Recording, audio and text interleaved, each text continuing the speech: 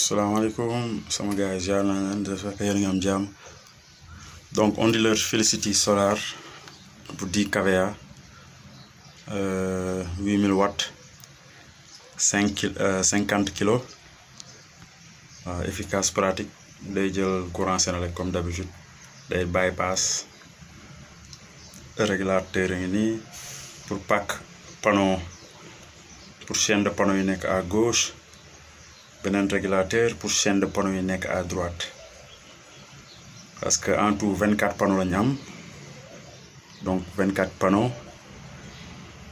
dañ leen di diviser en deux 12 côté B 12 côté bi donc 12 yi ci régulateur B yeneen 12 yi ci régulateur bi ok c'est pratique. Ba pare spécifique onduleur bi mooy am na ñaari disjoncteur de protection 63 ampères. Pour entrer courant Senelec bi ak